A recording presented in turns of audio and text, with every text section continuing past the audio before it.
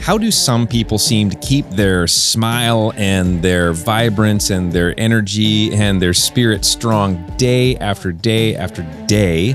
We're going to be sharing at least one secret to that mystery today in this episode of the Westside podcast. This is Midweek Motivation. My name is Gabe Kolstad, and I'm here with Jeff Holbig. Did I say your name right? You did. Awesome. I've been practicing. It shows. Yeah, awesome. Well, Jeff is our co-director for Celebrate Recovery here at Westside Community Church, and we're coming off of a weekend message where we talked about maintaining momentum. We talked about how to get and keep momentum in your life, like in your spiritual life, in all aspects of your life. Mm-hmm. And Jeff co-taught with me, did a great job. If you missed it, please go back and listen to the previous episode here, because you'll get a chance to catch that whole thing. But Jeff is going to share with us today, and I'm going to pull out of you a little bit, some of the secret of what I just mentioned. Like, mm-hmm. how do you maintain momentum? I mean, there's this one very certain practice that we're going to dive deep into today.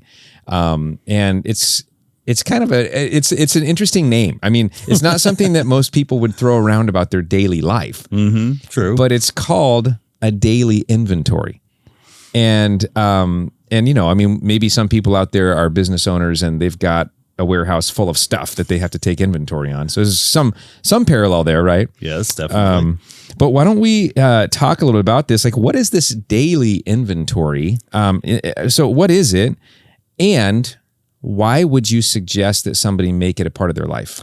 Oh, great questions. One of the things I find most fascinating about the concept of daily inventory in general is that what it is it's an opportunity for us every single day to just take stock of ourselves, see where we are, use whatever systems we come up with. I have one in particular that we can talk about, but use whatever system we have to allow us to kind of take stock, make sure that we're not going off course, make sure that we stay in the lines and then inside the confines of the things we know we need to be doing, but at the same time, not allow ourselves to go too far off. Yeah, that's good. So we can get into more details, but that's the general gist of what a daily inventory is. It's typically known in a 12-step program as step 10. It's also known in most recovery language as part of the last 3 steps that you do. I see. Okay. I guess as you were talking, I thought of something, and it reminds me a little bit like when you get on an airplane, mm-hmm. You're hoping that the pilot did the pre-flight checklist. Is that right? Usually a good idea. We hope they did that. But that checklist is apparently quite exhaustive in that scenario. And, they're probably asking questions like, are the wings fastened tightly? To a fair question. And stuff like that. And maybe in some ways this could be compared to, it's your pre-flight checklist, like every day, am I ready to fly? So I kind of caught some of the spirit of this as we were teaching together this last weekend. And it's what's interesting about it too is that usually, now not always, but usually a daily inventory is done at the end of a day. So it's a little bit counterintuitive to what you were talking about post-flight check. Okay. There you go.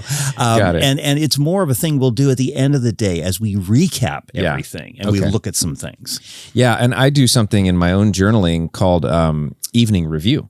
That's similar, where it's kind of a learning review. Like, what did I learn today? What went well today? What did I miss today? Mm-hmm.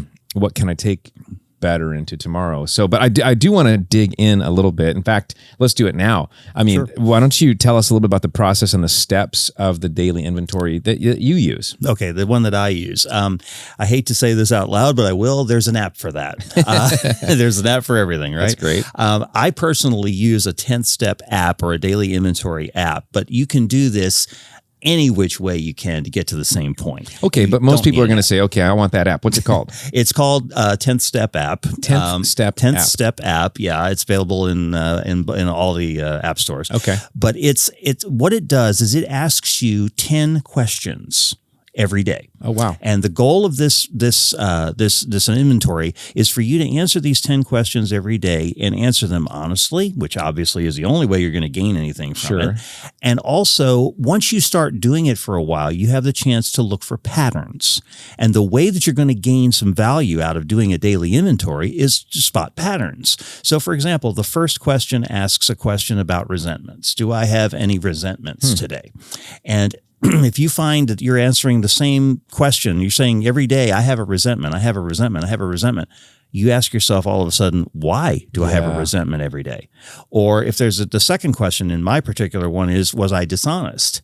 And if I'm answering that question honestly, and I'm saying that I am dishonest, then suddenly, if I'm starting to see that pattern, that's a real problem. Yeah. But there's other questions in there too, like, do I owe an apology or do I owe an amends or stuff like that too? Wow.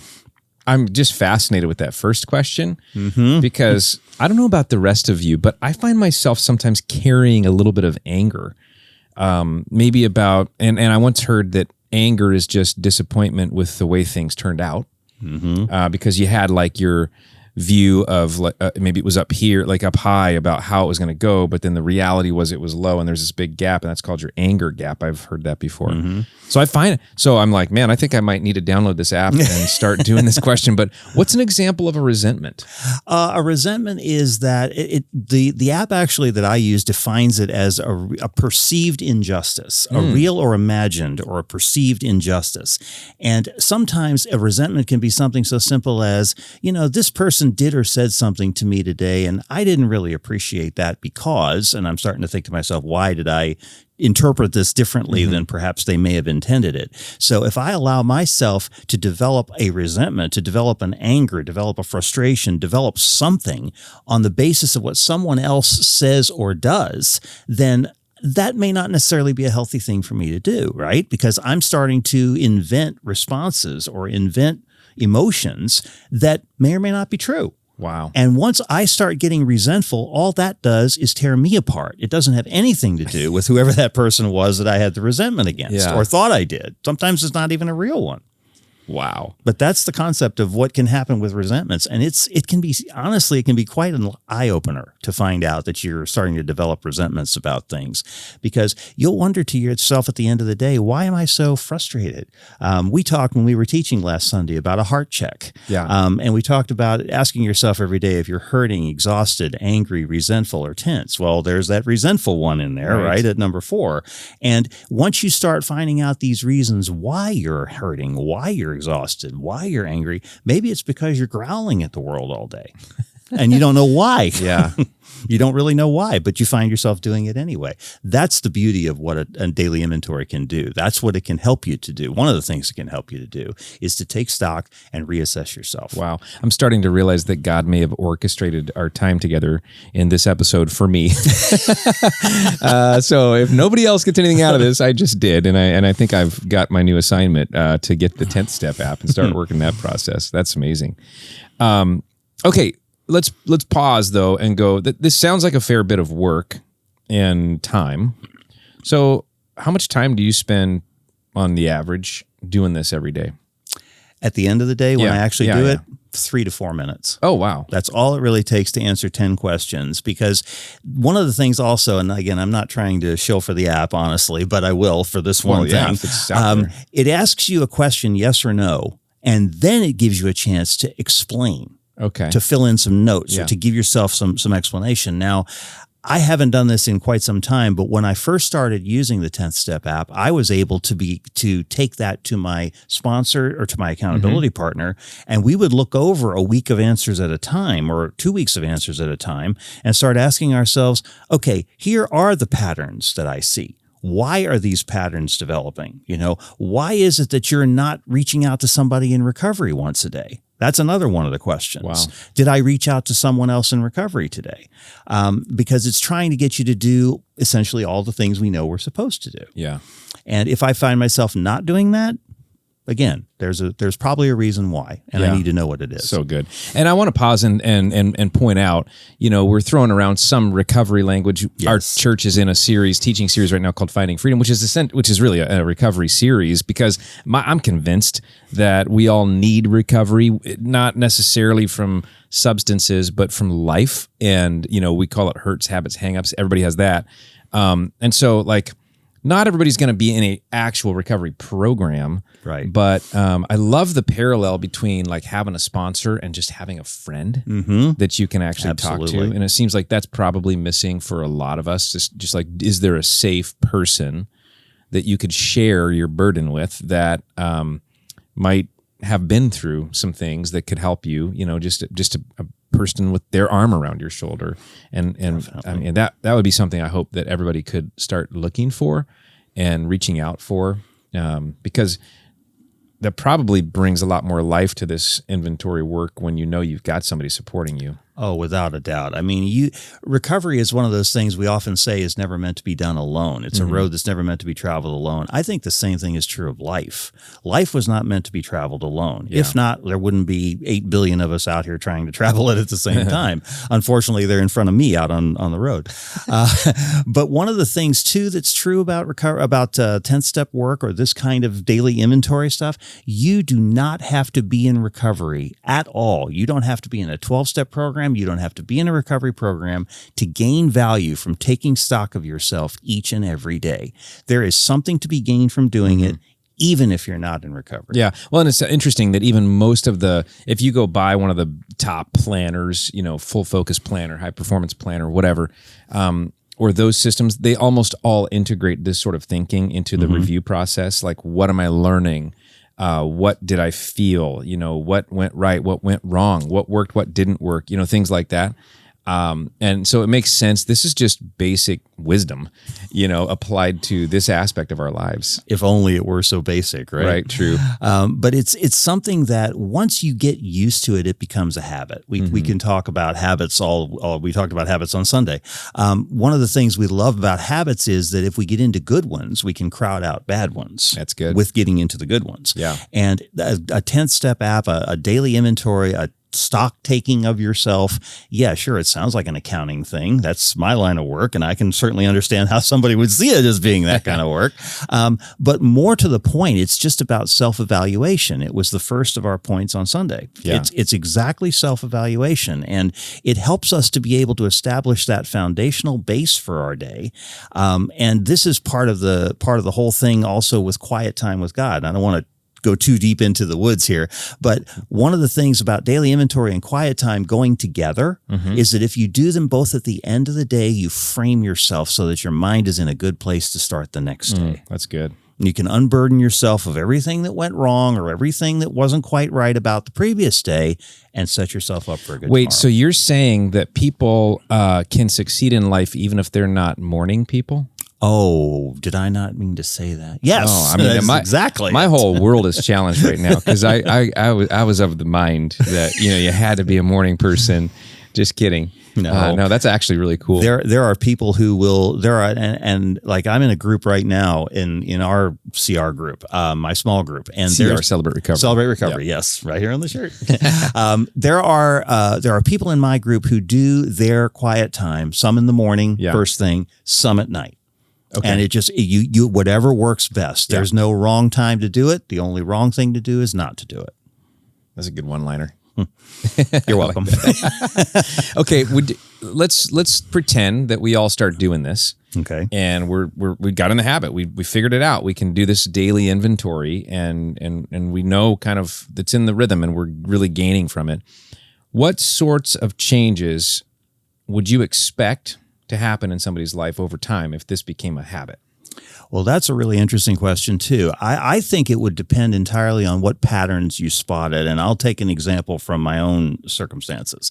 One of the things I found myself not doing was being grateful enough in life.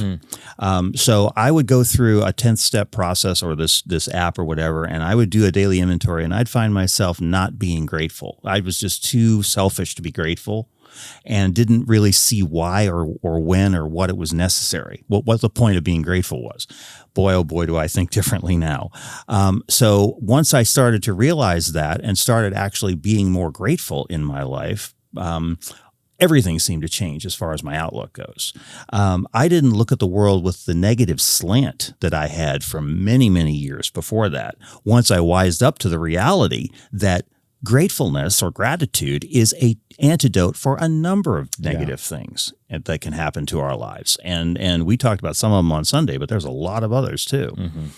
Wow. So that's just one example of something that you could see in your life is you could start to find yourself being a lot more attentive, a lot more observant, a lot more involved, a lot more pleasant to be around. than the cantankerous, you know what, that I may have been before that. So maybe one of the applications is for some of you who are out there and you got just a cranky spouse or some associate in your life, just tell them you got to listen to this because you really need it. Just check this out. Yeah, just check this out. And it won't happen overnight either. I really feel like we need to caution to add that right away. Changes like this do not happen overnight. We talk all the time about how recovery is not a quick fix. 10th step work, this kind of work, daily inventory work, quiet time is not a quick fix either. But over a very reasonable period of time of repetition of good behavior, repetition of consistent good behavior, all of a sudden those things become possible. Avenues become open that were previously closed. Things become opportunities that previously weren't known to us. And suddenly we start finding ourselves thinking, wow, this isn't so bad after all. Yeah. And I could really do this. Yeah. And now I can't imagine going to sleep without doing my 10th step work. Wow. Without doing my app work. And it doesn't have to take 30 minutes. You know, you can take 5 minutes. Yeah, no, that's encouraging because it sounds, it could be intimidating to think about trying to get in this habit, but that's exciting. I love the quote, and I can't remember if it was Plato or Socrates who said, in fact, I learned once that if you're not sure, you should just say Mark Twain. But I think it was actually Plato. But he said, the unexamined life is not worth living. And I think that's kind of this, is like, we have a lot to gain by examining our lives and trying to live more intentionally. And I think what will happen, what I've seen happen with you, with myself, and with everybody else I know who's kind of trying to practice something like this, is that we are a little more resilient when we're doing these things because we have a stronger spirit and you know, we're reaching out to our higher power, Jesus Christ, more consistently. Yes. And he's there for us. And we don't feel like we're doing life alone. You know, one of the hardest things, the pandemic taught every one of us the fact that how difficult it was to do life on our own. But when you have a higher power like Jesus Christ, when you have a guardrail system for your life like this, when you have a framework in which you can operate, and you know that it's kind of like the old Operation game. If you touch the edge, something's going to burn you. Or if you get a little bit off the rails, something's going to shock you back into line. This is a great tool to be able to do that, and at the same time feel like you're not in life alone. You don't have to do life on your own. Too many people relapse. Too many people fall into very bad places when they try to do things on their own, entirely on their own. And this just helps us to remind us of the value of community, the value and the importance of all of this does. Yeah, absolutely. Well, thank you so much, Jeff, for sharing part of your life with us. Absolutely. A couple of next steps. One would be, if you're curious about Celebrate Recovery, we actually have that program here at our church. You can find out more about that at westsidecommunitychurch.com. And if you're in the Portland, Oregon area, you could actually just pop by on a Thursday evening, and they would love to see you. The other thing we'd love for you to do is subscribe and share. If this is helpful, if you want to hear more of this kind of thing, make sure you're subscribed. Make sure to share this with others that are in your life that might benefit from it. And then we would love to see you on a Sunday. You could pop by a Westside service online even, or in person at our campus in the Portland, Oregon area. You can just find out more at westsidecommunitychurch.com. But thanks so much for joining us for this midweek motivation episode of the Westside Podcast. We hope to see you again soon.